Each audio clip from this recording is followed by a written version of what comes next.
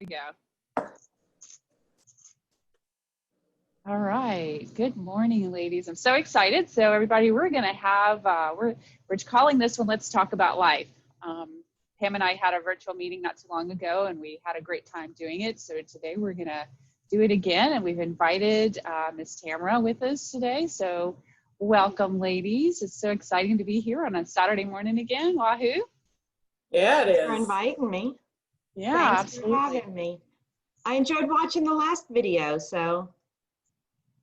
Yeah, that It was video fun. was right when Tamara first discovered Pam's TikTok videos. I remember Tamara posted on Facebook, I don't know who this woman is, but I need to be friends with her. So I texted her back and said, well, I'll hook you up. Here we are.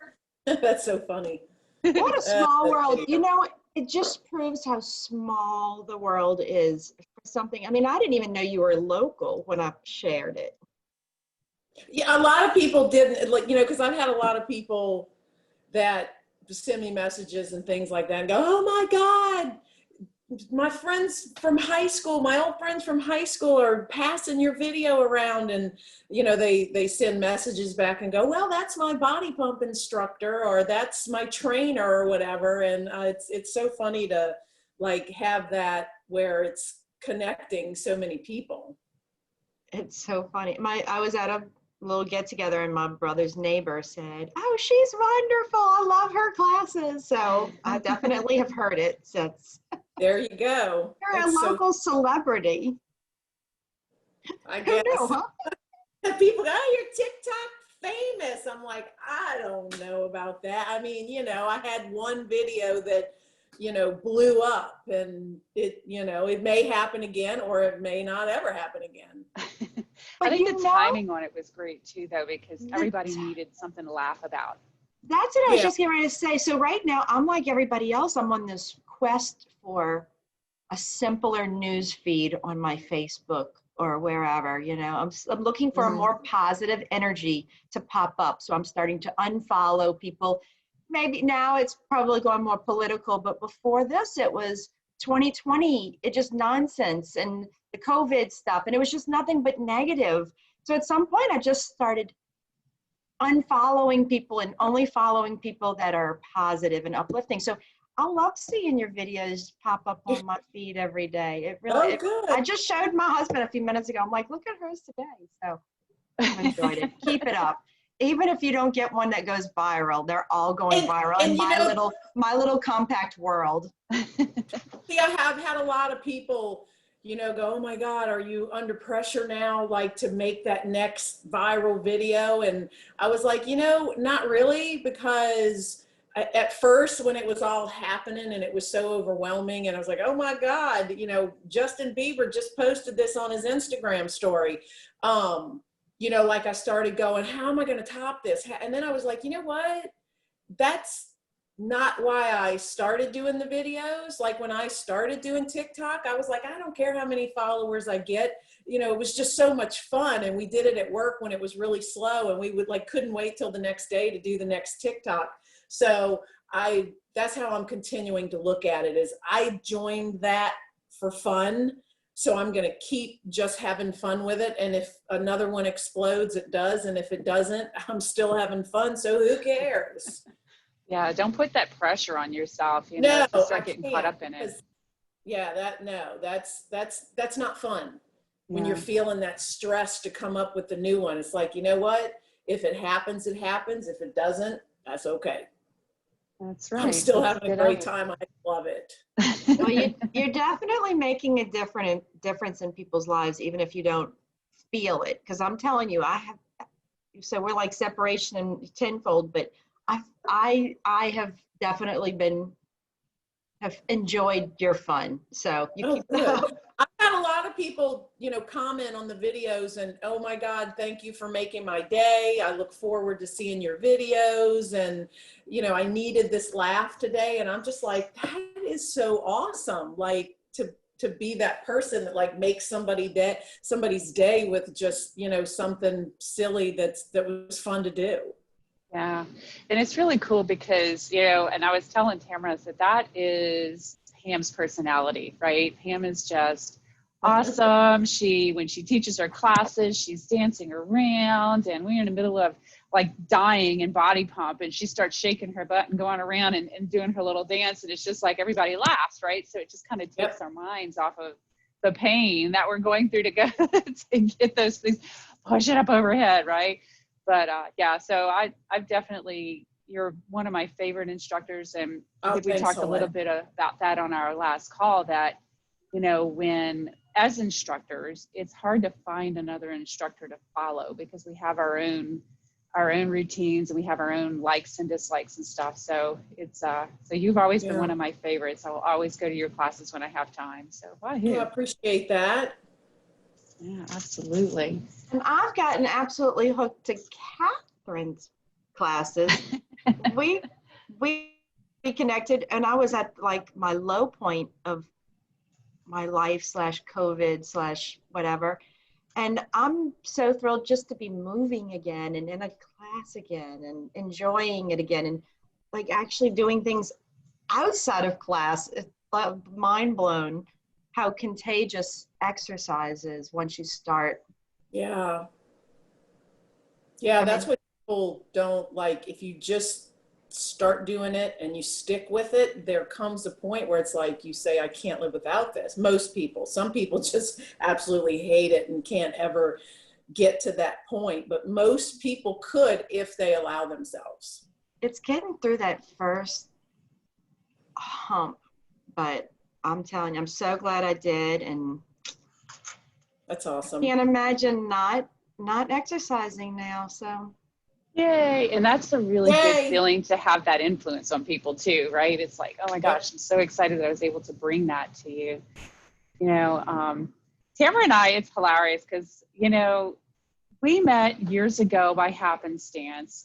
We were both at a local bar that we used to frequent all the time. And I'm sitting on one end of the bar, she's sitting on the other end of the bar, and the bartender's like, okay, you two have to sit closer together because I'm friends with both of y'all, and you two just need to meet because I'm tired of running from end to end. He says, you guys are going to hit it off. So we've been friends ever since. It's been a great time. And there was a point in time where I was traveling a lot. She's traveling a lot. We have our families, we have our lives, and we really hadn't talked in probably 6 or 7 years, I guess. And she just called me out the blue, and I was like, oh my gosh. And then we've just been we picked up right where we left off. I mean, it's just been a great time. So it's been fun.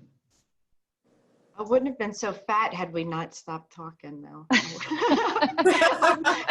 You're affecting my weight, you know, not being in my life. So that's funny. Yeah, Tamara's introduced me to the intermittent fasting, and she has been phenomenal as far as introducing that to me. She's lost, what, 20 pounds now since you've done that, started taking my classes? Yeah, 2 months. Awesome. Yeah, but I feel so good, and it's at this point, it's not even about the weight because I'm comfortable. I mean, I'd like to lose more. Don't, you know, scale, don't listen to me, but I feel so good right now. I feel like I have so much energy and just doing great. But I was the person so I've done paleo for 10 years. I've been paleo. I mean, hardcore paleo. It never really affected my weight. So I've done keto for 6 years. It got to where my weight was not being affected at all by what I was eating. I was steadily gaining, and even through eating keto, I was gaining weight.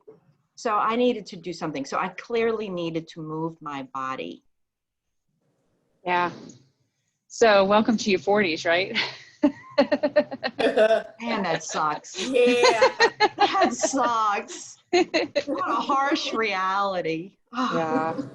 I tell you what, you know, you hear people talk as you're in your 20s, you're like, oh, wait until you get to your 30s. Your whole life's going to be different. Oh, wait until you get to your 40s. That's when it really starts going downhill. And then you start hearing 50s and 60s. And I'm like, I never believed any of that. I was like, you know, as long as I take care of myself and I exercise and just do my thing, I will be fine. That was a slap in the face thought process, because I tell you what, as soon as you hit your 40s, changes. Oh, yeah. All a lie. I thought I was never gonna, you know, like hit 40, and, you know, and they say, oh, when you hit 40, you're going to start feeling it in your body. And, you know, I'm like, not me. I'm not. Man, I hit 40, boom, it all started. And then 50, you know, like just the other day, I was like, okay, I got to take a break from classes with impact because now I'm feeling my left knee. And, you know, it's like, it just all of a sudden happens where you're just like, I need to change something because this is not working right now because of, you know, this old body. I always say I'm 35 trapped in a 53-year-old body. I like to think I'm 28 trapped in a 53-year-old body. Well, or that, yeah. I mean, I just kind of reversed the number. That's how I came up with that. 28 was my favorite 53. age. I don't know why, but 28 was my year. I loved it. It was phenomenal. All the stars aligned as far as how I felt and where I was in my career back in the days when I was teaching a lot. And, but yeah, it's just, I want to go back there. I want to go back to that body. Do anyway. you? Do you? See, I don't really I can't say I really have a favorite age because each phase of my life has been a little bit different and has brought something a little bit different. Like right now I'm 53 and, you know, I'm kicking butt in classes and, you know, I'm maintaining leaner than I ever have. And I feel like I'm almost in better shape now than I was when I was younger, you know, and it's more rounded and, you know, I don't think every workout has to kill me. And, you know, so it's kind of like each stage that I've gone through has brought something different where I'm like, you know, this is a really good point in my life. And, you know, now that I'm 53, I'm like, this is a really good point. I'm in damn good shape for somebody who's 53. I'm liking this. You know, people go, oh, somebody told me just the other day, I said, how old do you think I am? And they said 43. I'm like, I love you. I know. This is somebody, I was at one of my little restaurants that I go to, and I was just picking up something at the bar, and I was talking to the regulars there, and one of them said, what are you, 41? And this other guy starts yelling, never ask a woman her age. Oh my God. I'm like, hey, he went the right direction, right? Because I'm really loving his guess. I'll take it. Any day, bring that any day.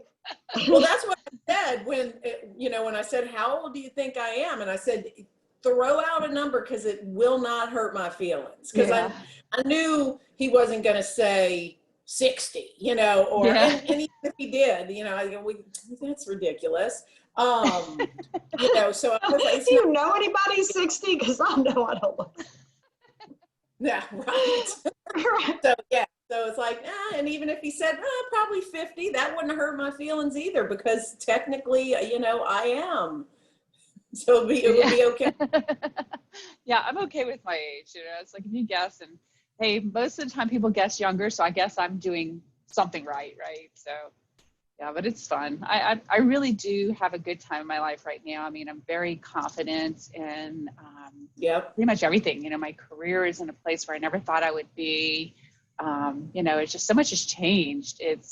I just never pictured myself in my 20s being where I am today. So it's been a good journey, but I've fought tooth and nail every step of the way to get to where I am. Never really knowing that this is exactly where I wanted to end up, but I envisioned certain aspects of my life and my career and things like that. It took me a long time to get there, but I'm finally there. So it's like, yay, I can do my little happy dance, right? Good girl.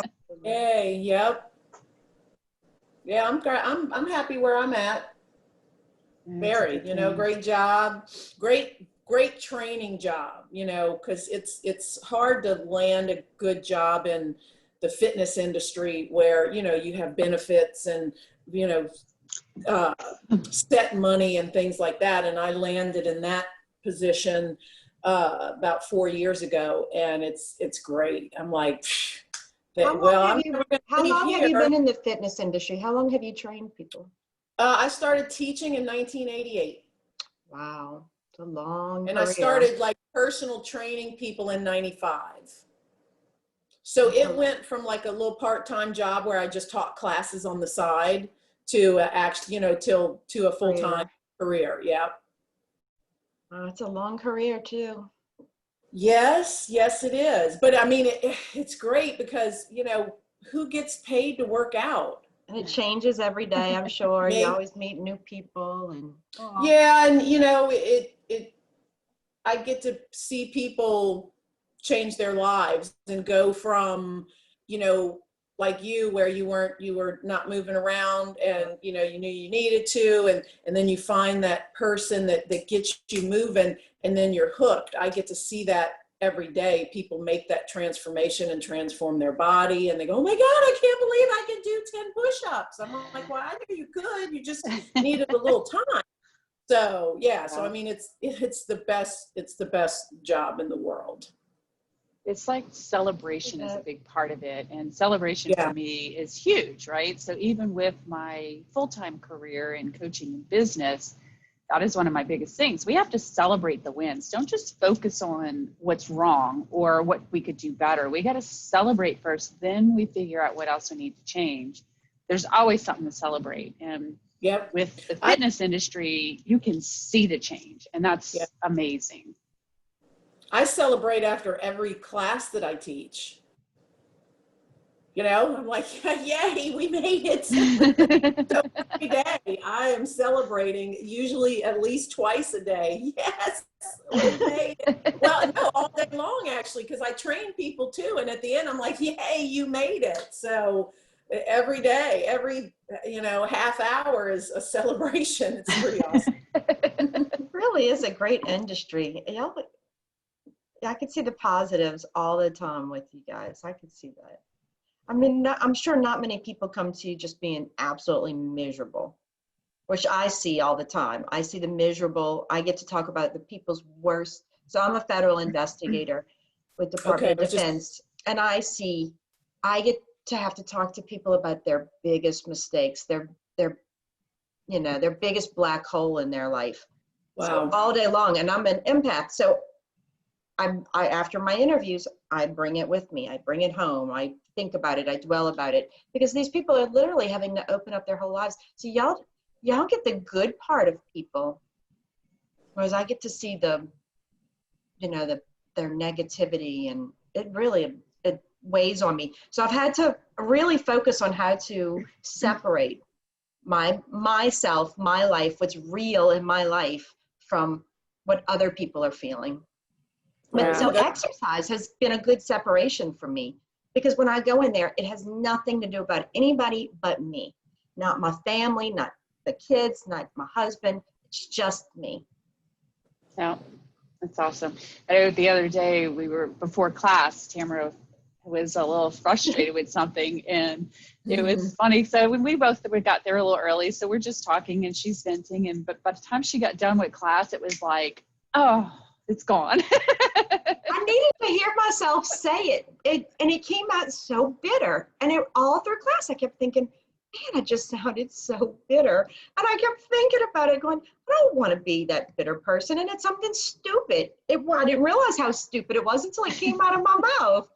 So I need an hour to be shut up and reflect on what it was.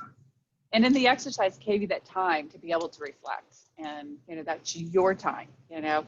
And even me teaching, I get distracted in my own thoughts, right? So and it's one of the things that Tamara laughs about, because we're talking so much and we're out there, we're just yelling and we're doing all this stuff. And when I get lost in a moment, like I go into automated motion, like I'm doing the same choreography that we've been doing for a few weeks. It's kind of becoming automatic. And then I start to wander in my own head.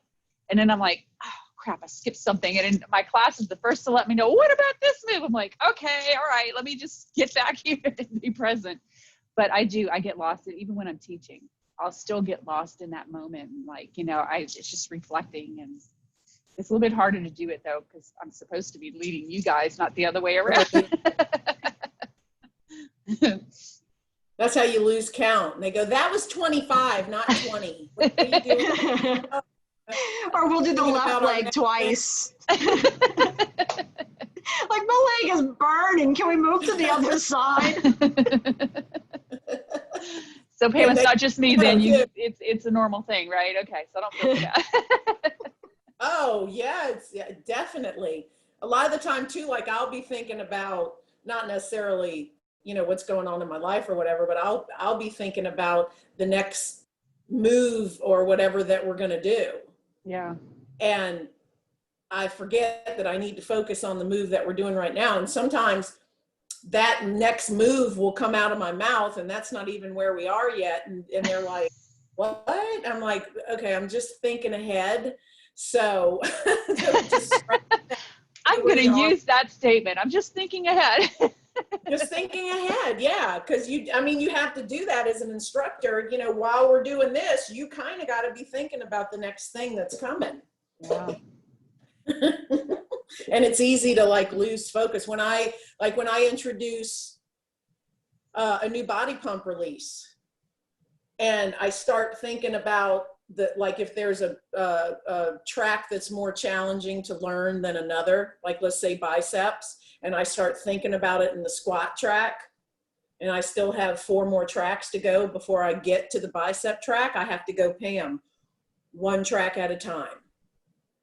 Yeah. Think about the bicep track when you get to it, because it's still going to be there, and whether you remember it or not now is not going to matter when you get there, because you're going to end up forgetting the squat track if you don't focus on the squat track, since it's the one in front of you.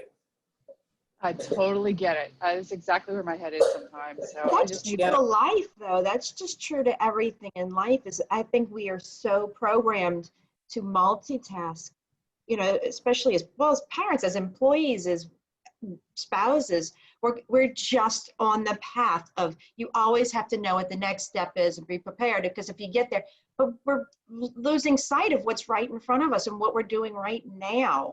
And I'm definitely experiencing that in my life right now. I feel like for the first time I'm being present, and I'm taking care of me. I'm tired of taking care of everybody else. They got to worry about themselves for a little while.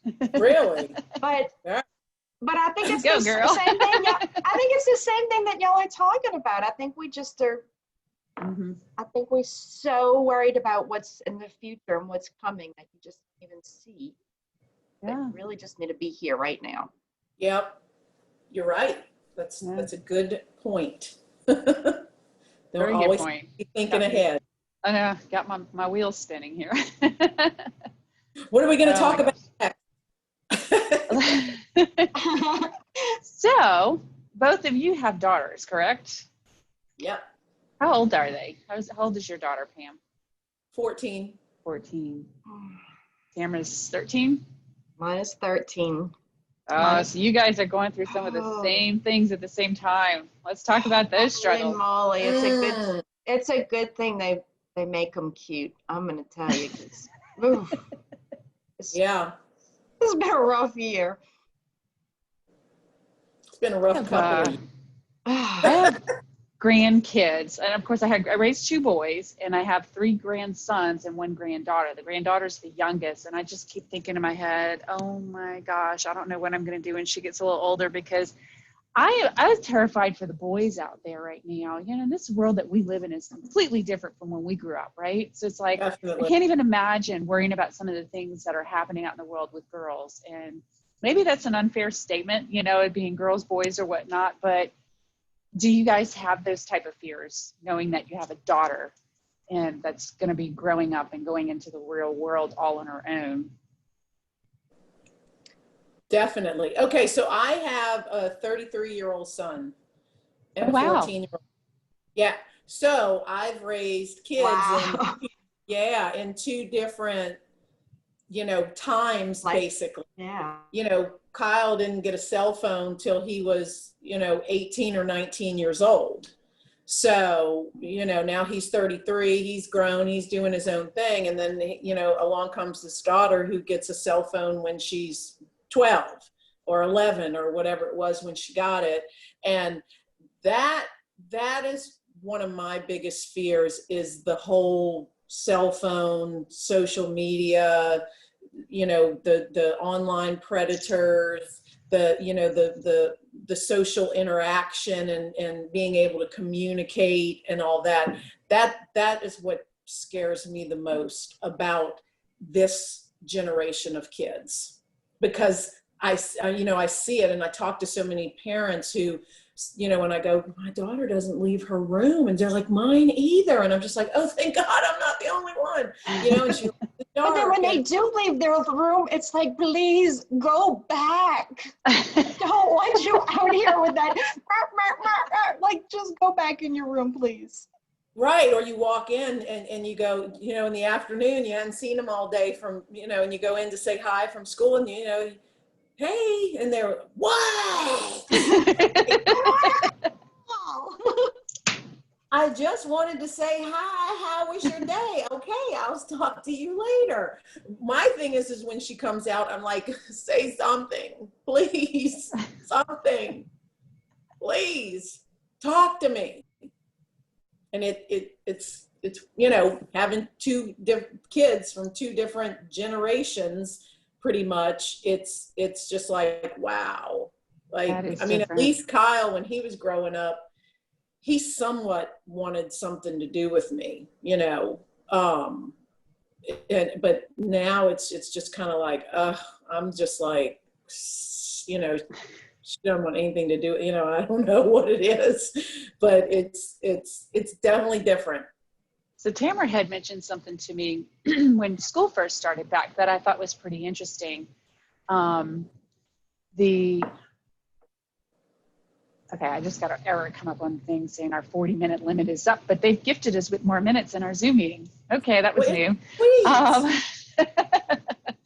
So on the social aspect of things, right? So going back to school, and Tamara had described how they're seated at school. They really still can't interact. Why don't you talk a little bit about that? Because I think that's really going to affect that social, at least at school, they had to be social and talk to other kids, but now it's changed. That's what, you know, that's what Whitney has said is the one good thing about school is that you get to sit at lunch with your friends or whatever, and I don't have that anymore. So, you know, in a lot of these kids' minds, they just think, what's the point in going to school if you can't interact, you can't socialize, you can't talk? And she said, even in, you know, when they're in their lunch break, they're also separated by desks and space, that they all just sit on their cell phones the whole time and nobody talks. So it carries over into the classroom. They're not talking in the classroom. They're not interacting in the classroom. It's just the instructor talking. And they have very small class sizes. So, you know, it's not, I think they encourage them to speak and interact. But, you know, she said there's just nothing going on in the classroom. I think that's sad. We're losing what little social skills they have. They're losing them. You know, I'm hoping, okay, so let's think positive here. You know, the whole COVID thing, you know, it's definitely not helping the social interaction thing, but hopefully it's temporary. You know, and when they come up with the vaccine and we kind of get past it, and it's, you know, one of those things where it's not as common for people to get it and all that, you know, it's hopefully going to be temporary, and that this is just kind of a little bump in the road for them, you know, because they don't need any more obstacles to interact with each other. So this is just another one, but my hope is that it's temporary. I hope so. So maybe that when we get back to normal, they'll have missed it that much to where they'll just jump right back into it and be more social than ever. That would be a great outcome. Hey, we'll have to wait and see.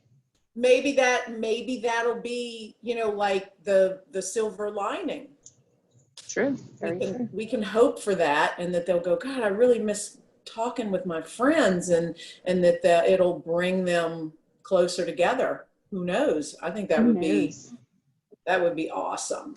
And that might be the way it is for people with exercise, and, you know, friends who haven't talked in a while or something like that.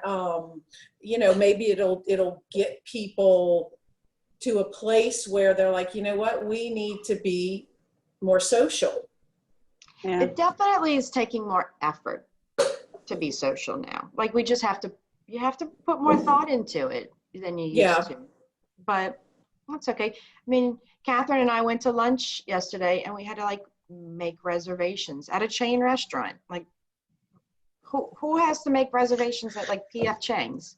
But apparently you do now. You know, so you just have to put the effort out there. Yeah. Yep. And again, I think it's, I think it's temporary. It's going to pass, and maybe it'll be that thing that kind of wakes everybody up and says, we need to put these phones down and look at each other in the eye. Yeah. So a couple weeks ago, I attended Tamara's niece's little birthday party at a restaurant, and afterwards I went back to the house with them, and I said, I'm going to stop at home because they had 3 teenage girls, or was it 4? It's 4 teenage girls, right? That were there. And they were like, the adults over here, and we're just kind of chit-chatting, trying to talk to them, and they're like, yeah, okay. They do give us the head nod, and that was the end of that, right? So said, that day I had just cleaned out my costume jewelry things. I have this big mirror that opens up into a huge jewelry box, and it was so full, and over the years I've just collected all this stuff, and I said, I'm going to go pick up the jewelry that I just all cleaned out, because I didn't want to give it to Goodwill, because no telling who'd ended up with it or whatnot. So I brought it back to Tamara's house. You talk about some girls that came out of their shell when I popped that little bag of jewelry out for. I had a bag of earrings and a bag of necklaces and bracelets, and they sat with us for a good hour just talking. It was just great. Whoa. I was like, this is awesome. I loved it. It was the highlight of the evening was them getting this jewelry. It's the little things you just don't think about that would make somebody so completely. They were overjoyed. They sat there forever. Yeah. I mean, we sat around the dining room table with them, and they just talked, and they were like, oh, can I have this one? Oh, can I have that one? And then after they were done going through the jewelry, they just kind of stayed, and we just all sat there and talked for a little while. So it was pretty awesome. I thought that was a triumph that night. That is a triumph. Well, and I guess maybe, that just goes to show you that you have to find that thing that's gonna bring them out of that little shell, and that's gonna spark them up. I keep telling Emily, you need to find something that sets you on fire. Mm-hmm. You need to find something that sets you on fire, that drives you to want to get up and get out and get moving and talk. If you could go back in time, and I mean, think about our careers and where we're at, I certainly didn't think I would ever end up in investigations. After being here for a few years, it does set me on fire. I love my job now, but what would you tell your younger self about the career path they choose? Because I find myself struggling all the time with my 13-year-old. She's a fantastic artist. So I'm kind of pushing her a little bit towards architecture, because it involves her art and her creativity, and she's very good at things like that, and she draws houses all the time. So I'm trying, I kind of want to set her on a path that I think she'll enjoy, but it's a tough conversation. You couldn't have told me anything back then. Well, yeah, that's true. I told Emily that she needs to be a lawyer, because she will argue with you to the death. She is confrontational. She is persistent, and she is, and passionate. Woo! She's not going to be 14 forever. Let's hope that some of those skills won't be around forever. I'm hoping, because our minds. If they're going to be around forever, then she needs to put them to good use. That's right. True. That's true. And I told her, you need to be a lawyer, for sure. I'm telling you, if she gets on something that she's passionate about. No stopping her, huh? No stopping her. She will, oh my God. We've gotten in a couple of arguments in the car here recently about some stuff, some things that are going on in the world right now. Woo! And their views are very different. Their views are so, like, I have a hard time even understanding how they came up to that view. But it's because they see that, like, my child never sits in front of the news, but she's getting news sources, just not my news sources. Yeah. Right. Well, you know what I say? Emily, where did you hear about that? And you know what she says? TikTok. I said,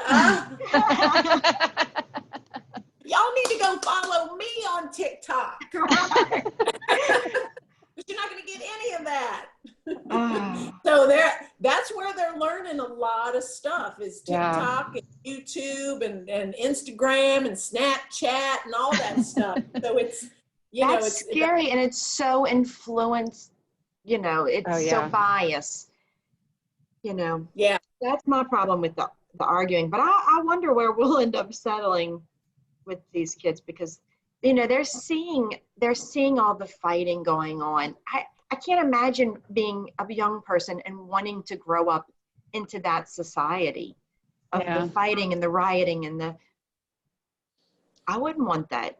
I would want to find a way to make change. Yeah. That's a good statement. I like that. Now we just got to get the kids to think that way. But, it's totally different from when we were young. We didn't have all these outside resources that were just in our face all the time. And we had limited people that were in our lives, our parents and our aunts and our cousins. And, we were just always real close knit as families back then. That was our tribes, right? Well, then TV, internet, all of these social media platforms, I mean, they're getting it from so many different sources. So their views are wider or completely off on a different level than ours just because of their influence, right? Not our influence, but the outside world. We didn't have the outside world influence. So I can see how it's happening. It's scary. It really is scary. But at this point in time, there's no changing that. That's going full force, and that's going to continue. But how do we contain our own household and try to keep the views as close knit to our own beliefs without causing too much trouble? And with teenagers, that's hard to do. And I'm just very thankful that I'm not raising teenagers at this point. I do have a 13-year-old grandson, but he's you don't have to live with him. No, I don't have to live with him. So, but he's an awesome kid though, and he's more into gaming than anything. If he could just live gaming, that would be his thing, right? So he might have to find a career in gaming when he gets older. But he's not real into the social media. They don't really allow him to have social media influence too much. He's still at that age and he's a boy too, right? So he's going to be a little less inclined to. But let me tell you about the gaming though. The gaming, it's not social media, but they create these huge relationships on those games with people all over the world. The games, they're constantly interacting. So I interview people that are just these young men and women going into the military, and I have to interview a friend. I don't have any friends. What do you mean? You have to have a friend. Oh, and they try and give me their parents' friends. No, I want your friend. So then they'll give me a person's name and I'll call him, and the guy will say, I don't know that person. Finally, he'll say, oh, that's, X username XYZ. They've never even spoken in person. And they're using them as a social, source. It's very unusual times. Wow. Yeah. Huh. He does have a little girlfriend. Bonds. That's his biggest friend. He does have a little girlfriend. So, and they've been, I can't say they're dating because they see each other at school and then they talk on the phone. There's nothing really going on, but he's 13. They're not even talking on the phone. They're texting on the phone. They're texting. She actually calls him a lot because whenever he's at the house, she'll call him. And I'm like, well, at least they're talking, so. But 2 o'clock in the morning, he's spending the night and I'm hearing him on the phone. I'm like, okay, it's time to cut it off. Right. They'll talk all night. The teenagers love to stay up all night. That's another thing I told him. I said, whatever career you go into, it needs to be on the night shift. 'Cause like during COVID, she pretty much got on a night shift where she was staying up all night and sleeping all day. Yeah. And I was just like, girl, we got to change that. And, I was trying to get her, the closer we got to school, I kept saying, this night shift thing you got going on is going to have to come to an end because you got to start getting up in the morning again. And it's been a rough transition. Let me tell you. It's hard. That night shift is hard on your body, your mental state. It really is hard. It's a hard lifestyle. My youngest son, he's 31 now. He has always been a night person. He could stay up. He'd be more than happy to stay up all night and just sleep during the day. And he does sometimes, but now that he has 2 children, right, it's a little different for him. He has to help with the kids. But I remember when the kid's crying in the middle of the night and that kind of stuff, he's still awake. So he'd take care of the crying baby while mama could go back to sleep for a little while. And in the mornings, it was her shift. It was hilarious. But I'm like, it made sense because he's like, well, I'm up. Let me just take her. Right. And Why not? but yeah, I I'm sure used to she love the loved it. nighttime. Yeah. Yeah. Well, your mama loved it. I love nighttime. I used to anyway. I used to love nighttime. Now I love my bed at nighttime. Welcome to I do too. If I could just sleep while I'm in the bed. I'm at the age now where I just lay there and look at the walls. I've tried everything to fall asleep. Sometimes falling asleep is difficult. Once I'm there, I'm good. But headphones with the whooshing wave noises, right? And meditating, and I've tried it all. And I finally just stopped trying so hard. You lay down, just relax, try to stop thinking. That's my hard part, just turning off the mind, because my mind never stops. It just keeps going. If I can shut it off for a little while, I can fall asleep. And if I don't fall asleep, then I get up and I go in the other room, maybe do dishes or some laundry or whatever the case may be. But that doesn't happen too much anymore. I've gotten better. But that's been a lifetime battle for me. Ever since I started having children, it was just falling asleep at night was just horrible. Yeah, I have that sometimes because I can't shut my brain down. You know, like I'm thinking about this and I'm like, oh my God, I got to learn that new body pump release. And oh my God, I got to do this. And oh, I wonder what TikTok video I'm going to do tomorrow. And, you know, like all these thoughts just keep popping in. And you know, like I have trouble shutting it down. A lot of times I wait till I'm like almost falling asleep in my chair and then I go, okay, I'm tired enough. Let me go. Because I can tend to be kind of a night owl. So, you know, I have to get myself to a point where I'm really tired. So, and then that's how like last night, I think I went to bed. It was like 1 o'clock or maybe a little after. And I was kind of like, okay, I'm good and tired. And I fell right to sleep. Yay. Yay. But I didn't have anything, you know, also weighing on me that I had to, you know, really worry about like a lot of the time during the week. And then when you start going, like putting that pressure on yourself, I gotta fall asleep, I gotta fall asleep. That's when you cannot fall asleep because it's like you're stressing out about falling asleep. Yeah. Oh my gosh, my anxiety used to get so high when I would not be able to fall asleep. And I was just like, okay, you got to get over that. If you can't fall asleep, so what? Just get up and go do something productive. But I used to get really frustrated. Yeah, it can be aggravating.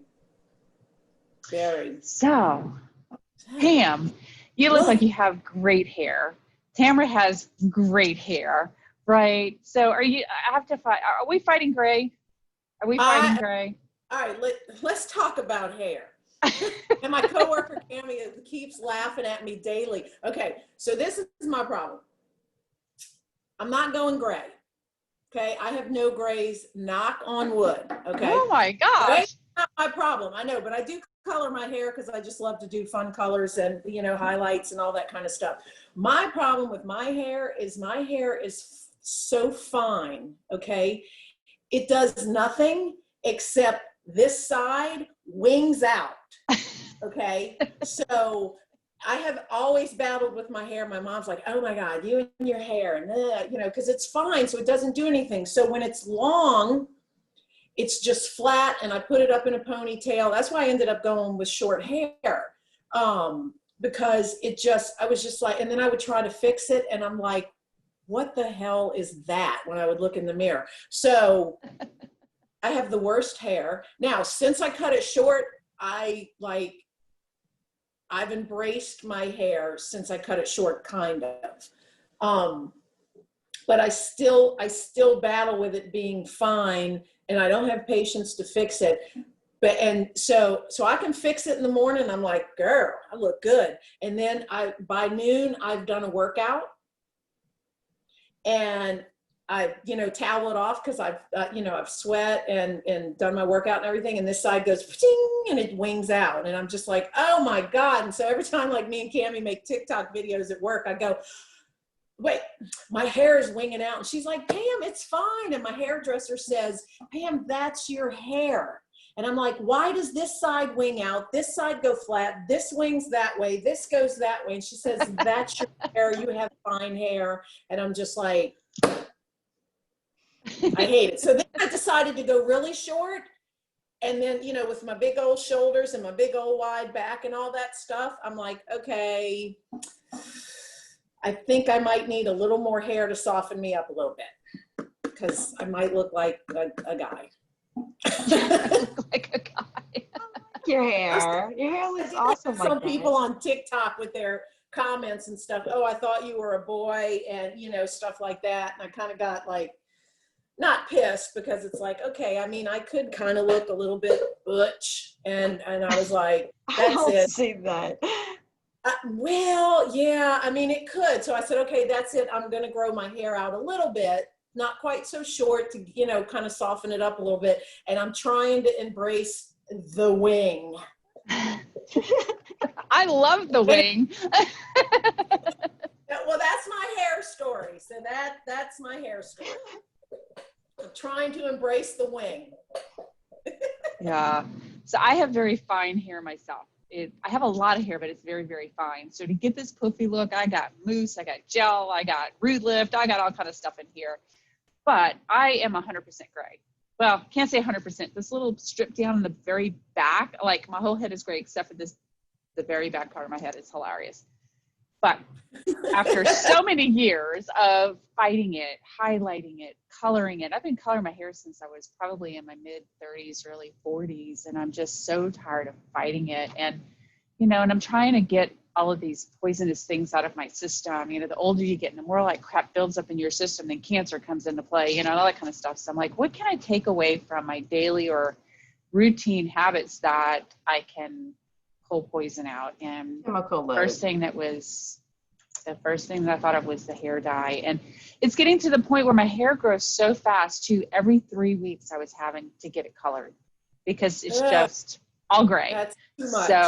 So I am embracing my gray. Okay. It's coming out, and it's been about 11 weeks since I've colored it.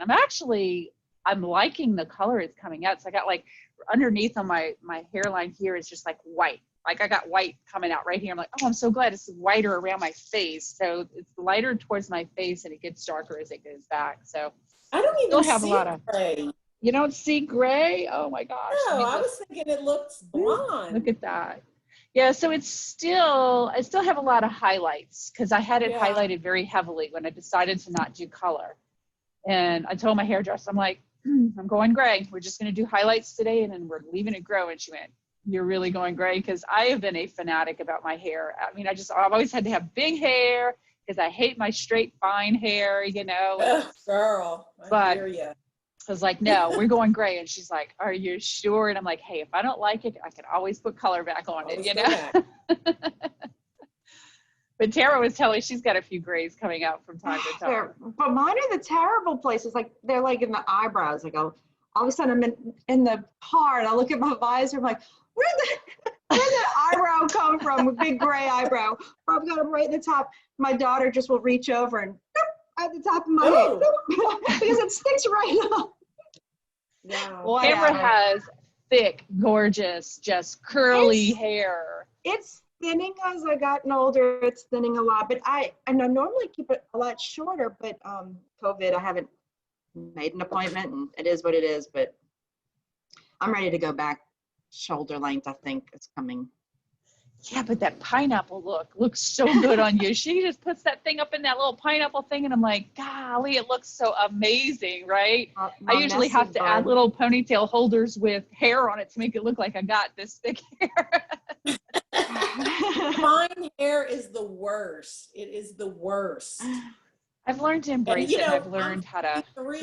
And I'm still trying to you know, like just say, okay, this is my hair, and this is what it is, and this is how I fix it, and this, you know, I think I'm there, you know, but you know, it's still it's fine hair is the worst. I guess no matter how old we get, we still hate our hair, right? Yep. And mine is a lot better since I cut it short. Like there are days when I fix it and I go, it looks so good. So I'm not the only one that does that in the mirror, like. No, and then there are other days where I just look. And actually, the great thing about short hair is that some days, if you sleep on it just right, and you just don't know when you did that or whatever, but when you wake up, and I mean, some days I can just do like that and not even brush it and walk out the door, you know. And I mean, by noon every single day I teach a class. Yeah. So it, you know, it's kind of like, it doesn't even really matter what my hair looks at this point, because I put the bandana in it and it gets soaking wet. And when I'm done, I have to either just let it go, or, you know, if I have something, you know, that I'm doing or whatever, and I want to fix it a little bit, I have my little round brush blow dryer at work, and I'll, you know, try to settle down that wing. And, but those are the best days. I know, those are the best days with short hair, when all you have to do is that. Well, curly hair, I have to go off the weather report. So if there's any humidity, it's got to be in a ponytail. So the humidity level determines whether or not it's in a bun, a full bun, a ponytail, or down. Right. Because I can walk out like this, and then within a few minutes it'll be like, you know, full. Yeah. It's okay. It just is what it is. Mine just falls flat when that's it's what humid. I was going to say. Our hair just goes. Yep, it goes limp really fast, let me tell you. Yeah. So this past summer, and it was so humid this year, it was crazy. And when I first decided not to dye the grays, and it wasn't quite, because I got about that much of my grays that have grown out, I was wearing it straight, and I would just wash it at night, fall asleep, and then I'd wake up and it'd have a little bit of body to it, and then I wasn't putting any products or anything in it. But then when the grays started coming out, I got to camouflage just a little bit more, so I'm kind of like pulling it up and making it fluffy and all that kind of stuff. It's hilarious. But I'll embrace the straight again and the flat when the grays are all grown out. Yeah. But when it's hard. It is hard. And let me tell you, I got all kind of little tools to make it look like I got a little clip with a ponytail with the gray and the silver and stuff. And like, so and I tried it on last night, but I still have this much of the color that still shows. I'm like, okay, I can't wear that yet. I bought some of the ends are so highlighted, it's almost blonde. So I bought some blonde ponytail holders. And so when it first started growing out, it would just kind of all fall over and you couldn't even tell. So, but now I'm past it. It's just like, I'm in that real big transition stage right now where even my little aids aren't helping me with this. I'm like, screw it, I'll just pull it up. It's so You'll funny. get through it. That's the great thing about hair. It grows. Yeah.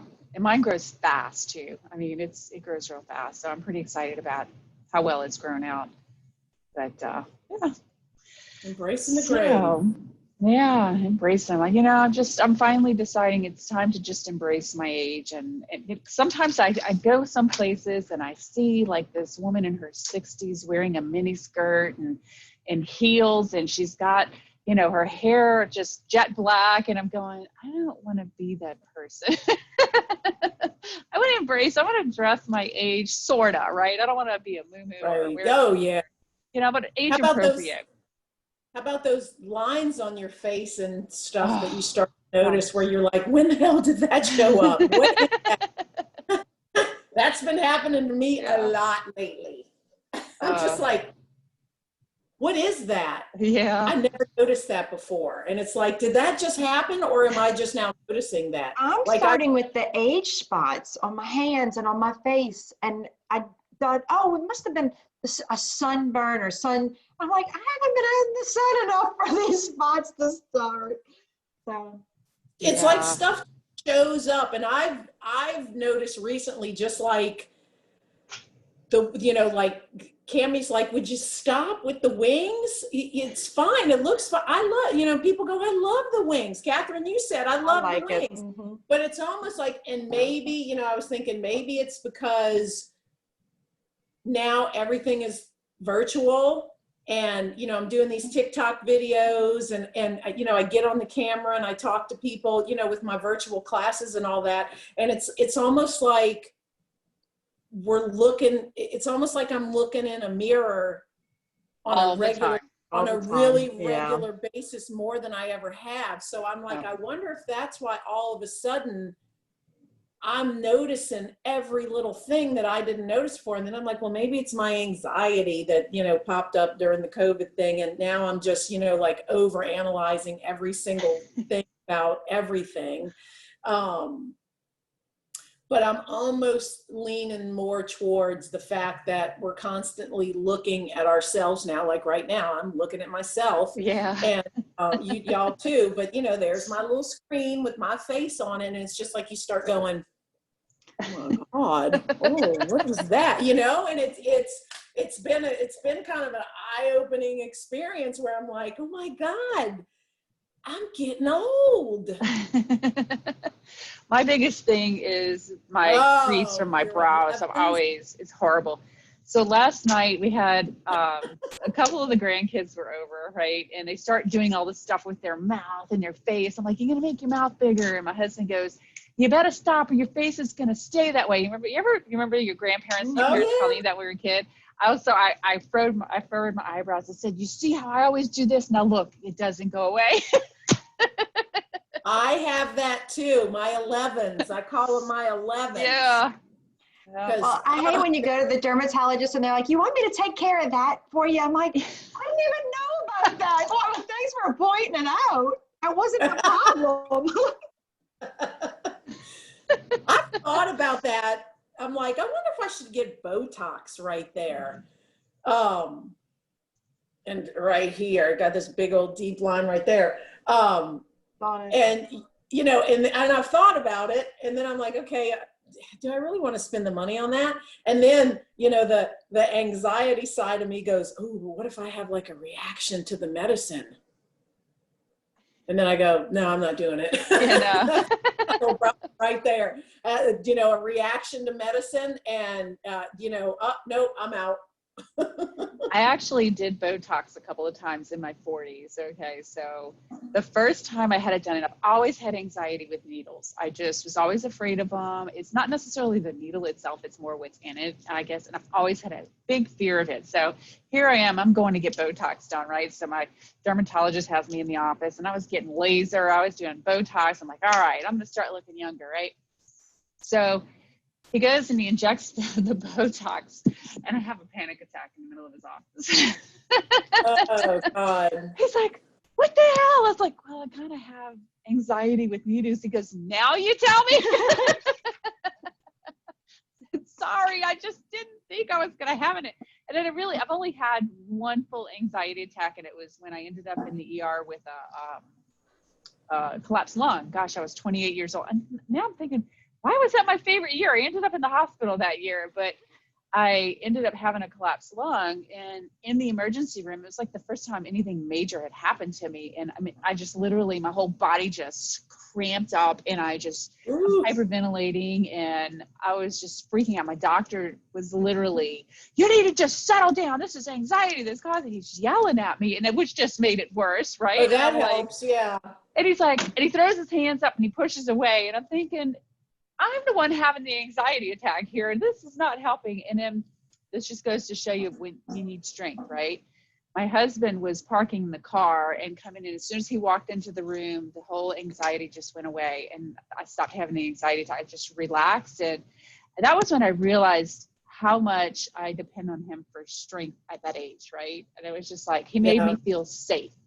And so he walked in the room, my anxiety finally, the cramping went away, everything just kind of opened up again, and they were able to put my chest tube in and all that kind of stuff. And that was a crazy time, but it was interesting. So I had another panic attack. It wasn't quite as bad as that one was when I just started hyperventilating a little bit. And he's like, and then I'm going, well, do you think any of the poison would have went into my bloodstream at this point? And he's like, no, that's ridiculous. Stop. So how did it work? Did you like what it did? So the first time I did like it. The second time, I think he overdid it, and it just made my skin seem more saggy after I came off of it. So it's like, yeah, that's weird. That anymore. Yeah, didn't do that again. And I didn't have laser done anymore or anything like that either. But I do go to dermatologists, and I just got on the they call it the retin-A cream again. I don't like to be on it during the spring and during the summer because I walk a lot outside. I'm outside with the kids a lot, so I get off of it completely. Well, now all of a sudden my pores are as big as a swimming pool, right? I'm like, what in the world? Of course they are. So I went to the dermatologist for my yearly checkup. I'm like, we got to do something about these pores. I'm like, because they are just pouring open, right? So I got back on the cream, and within a week and a half of using it, my pores are shrinking up. So I'm like, they're not ever going to be completely youthful again, right? But at least that's helping shrink them. And I'm feeling a little bit better putting makeup on. Before, the makeup would just fall into the holes. It was like, it was terrible. But yeah, it is what it is. We're getting older. That, that's the thing. That's what I keep saying is, okay, this is what happens as you get older. And these, cute little 28-year-olds that are running around, and all that. I'm like, what, they're going to be here at one point too. But you think when you're that age, you won't, you really don't even think about, oh my God, what am I going to do when I turn 50? And, that's kind of the point where I'm at, is like, okay, I either need to just accept, and being in the fitness industry, I'm around a lot of young, people and in shape people, and not everybody's in shape, but, and, it's kind of like you want to, in the fitness industry, you want to be that person that, defies your age, and, people go, oh my God, I can't believe you're 53 and all that. But it's like, you have to accept, you either don't accept it, or you have to accept that,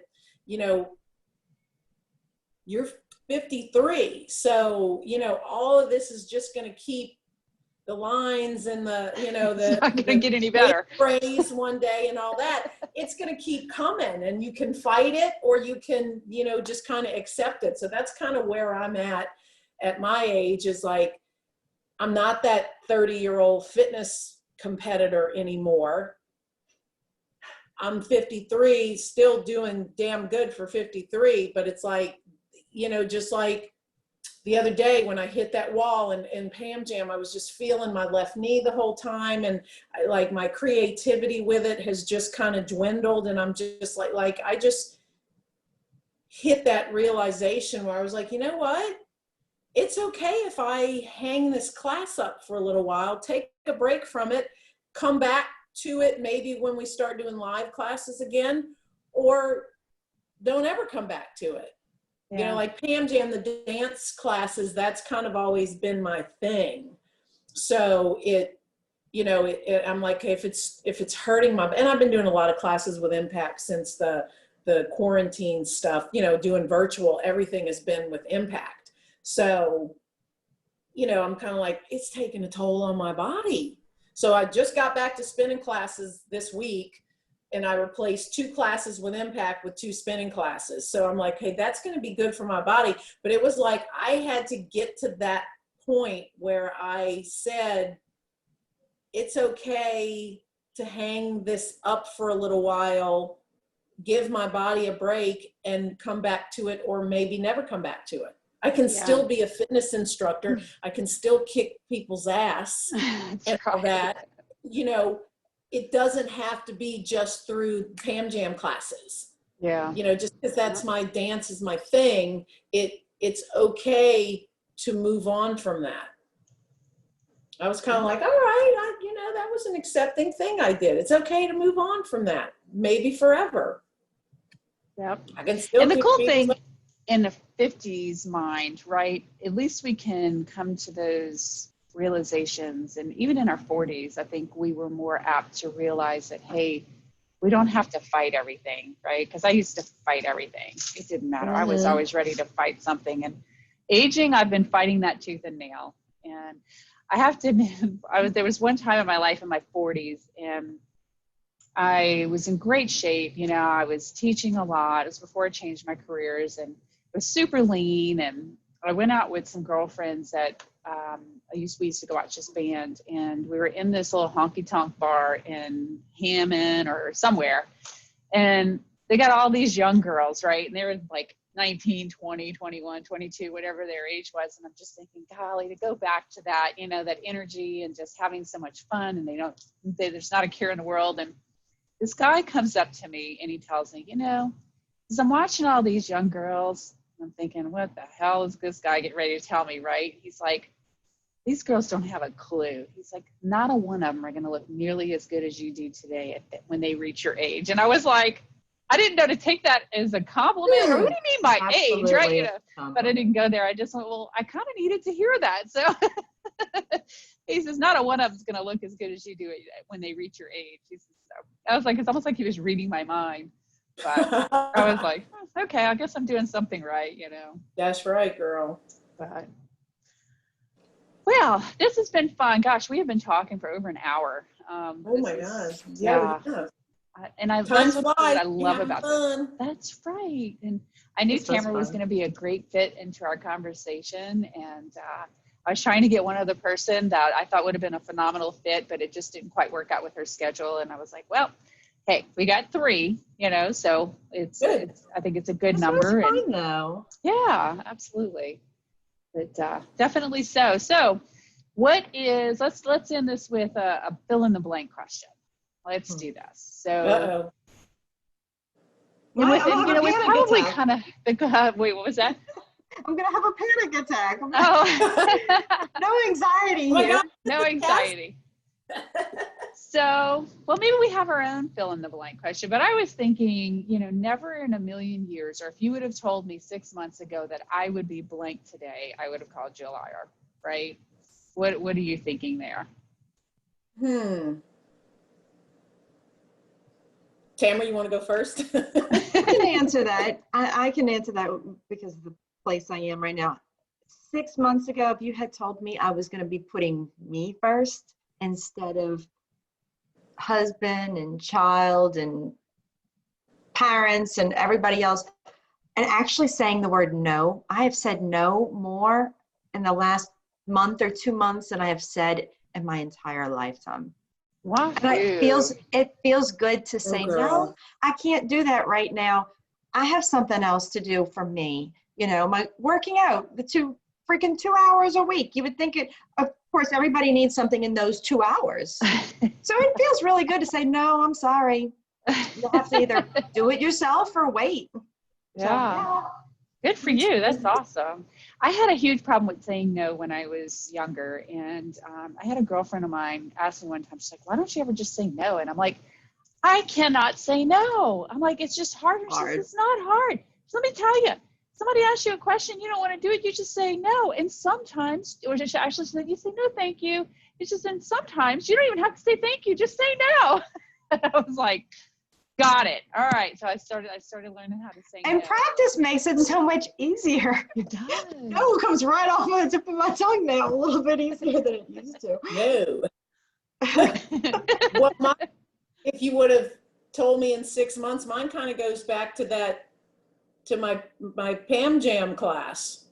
If you would have asked me 6 months ago, or told me 6 months ago that I was going to hit the wall with it and just realize I don't want to do this anymore right now, I would have told you were crazy. Yeah. Because that, you know, that's kind of been my thing,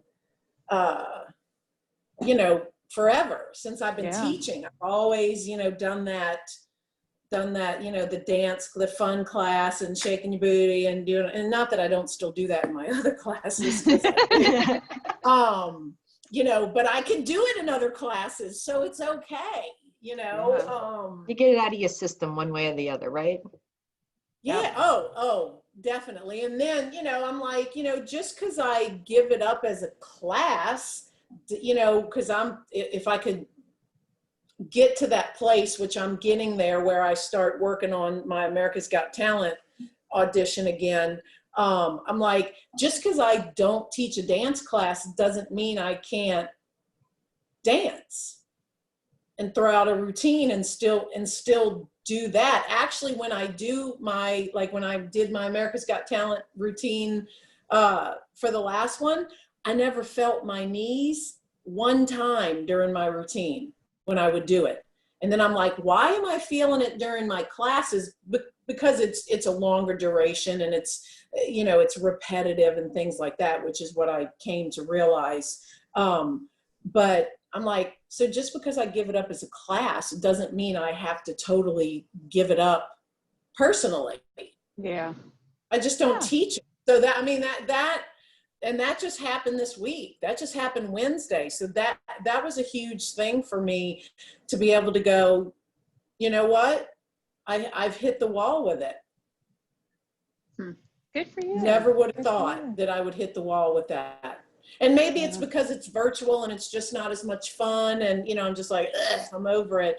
But yeah, that was a major step this week, just this week. Just this week. Well, there you go. Revelation. Yep. It was great. And I taught the first live spinning class at Latrim yesterday. And it was, oh my God, I had so much fun. And I'm like, you know what, because my spinning class is like a dance party on the bike. Yeah. You know, so I'm like, this is just as good of an outlet for me as far as a class goes as a Pam Jam class. Yeah. But that doesn't have to be my definition. It's okay to change as you get older. Change what you do. You know, years ago, like when we went through the Pilates training, years ago, I went through Pilates training and I thought it was the stupidest thing I'd ever done in my entire life. What the hell is this Pilates? You know, all that stuff. I always feel like I'm going in labor when they're doing the hundreds, right? But the last years, I'm like, oh God, I love this Pilates stuff. You know, because I realized that it's not always about, you know, balls to the wall, and, you know, the intensity and it doesn't always have to be like that. Yeah. Yeah. And that's one thing about getting older is you start realizing, God, that's stupid. And you realize you want to be able to walk the next day. Yes. Yeah. Like I want to walk out of a class, feel good, and feel good tomorrow too. Like I want to feel it, but I don't want to like not be able to function. Yeah. Well, I think sometimes, I know that your body has a way of telling you it's time to give that up for now. That's true. Your body tells you when something's not right. And that you know, and because I've had to do so many classes with Impact in the last 6 months, my body told me, it's been telling me, and I've been listening because I've been changing my schedule around. And I said, okay, I'm going to eliminate Dance Fit and we're just going to do Pam Jam and I'm going to put body weight blast here. And, you know, I'm going to take some of the pressure off of the Impact in my routine. And so it's been leading up to that, but it's like my body is saying, that's not what we're doing, you know. And I knew, I mean, I was totally missing my spinning classes just because I love it, you know, with the music and, you know, just the whole workout and everything. I was missing it and I knew I was missing it, but my body was saying, you know, even if we didn't get back to live spinning classes, something's got to change.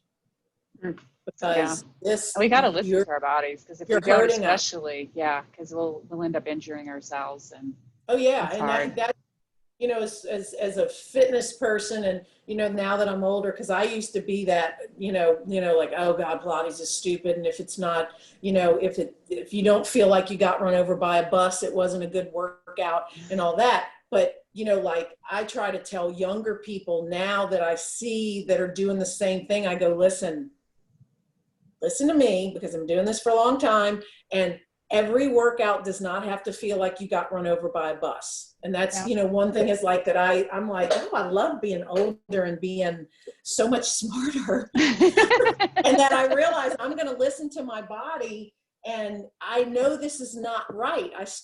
I'm listening to it. That's what I've learned about food. If you have to pay attention, if you don't pay attention and you're like, oh, I ate the king cake or whatever, and you don't pay attention to the after effects, you're going to eat that king cake again and again and again.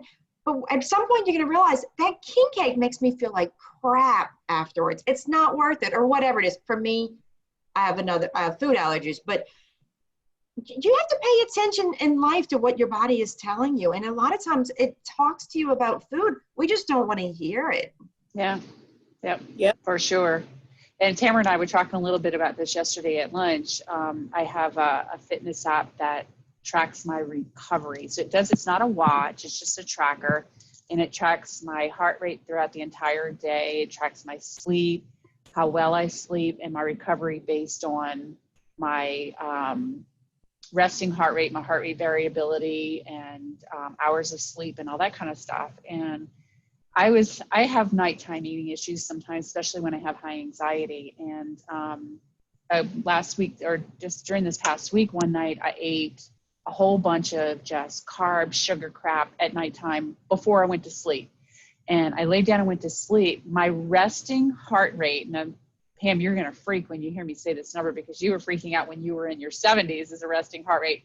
My resting heart rate then overnight was 94 because I went to bed with all that crap in my stomach. Sure. My recovery the next day was 24%. I was like, you don't do anything today, right? You just have to recover because, and I really like this tracker because it is completely different from what your normal ones are. But when I saw what my resting heart rate was, I was like, oh, I can't do this anymore. That's just, can't do it. Like, nope. So God, that's really high. yep. So it kind of scared me. I'm thinking, it was like I worked out all day, right?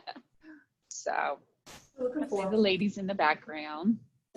Yeah, the teenagers It's over. just, well, They got yeah. hungry. They got hungry. And then you get the breakfast of champions, chips and chocolate. Well, ladies, I had so much fun doing this. We're going to That's cut it fun. because we've been almost an hour and a half now. So it's We could this talk was all day. fun. I know. This was fun. I definitely enjoyed it. It And was nice meeting you, Pam. You too. It's good to. I thought you look familiar. It seems like we've met before somewhere. it's a small Probably. city. It is a small city. Probably. Or maybe Plus- you just look like somebody that I know. But I was thinking that when you popped up on the screen, I'm like, well, she looks familiar. Yeah, you look, I don't know, but my life's been a whirlwind. So I don't know. But yeah, I did. I have a feeling we've crossed paths at some point. Probably. All right. Well, we're going to stop the recording. So say Okay. bye to everybody. And we hope we get Bye, a lot everybody. of likes. And I've really enjoyed our talk. And we'll have to schedule maybe we'll come up with certain topics and maybe, because we could sit here and talk all day. This is fun. This is almost like just hanging out. We just got to add some That's wine right. to the list and we'd be good, right? No doubt. Coffee talk. Coffee talk. I like that. Coffee talk. It is coffee time. All right. I Well, had I'm going to sign us out. Thank y'all so much. And I can't wait for the next time, right? All right, y'all. Cheers.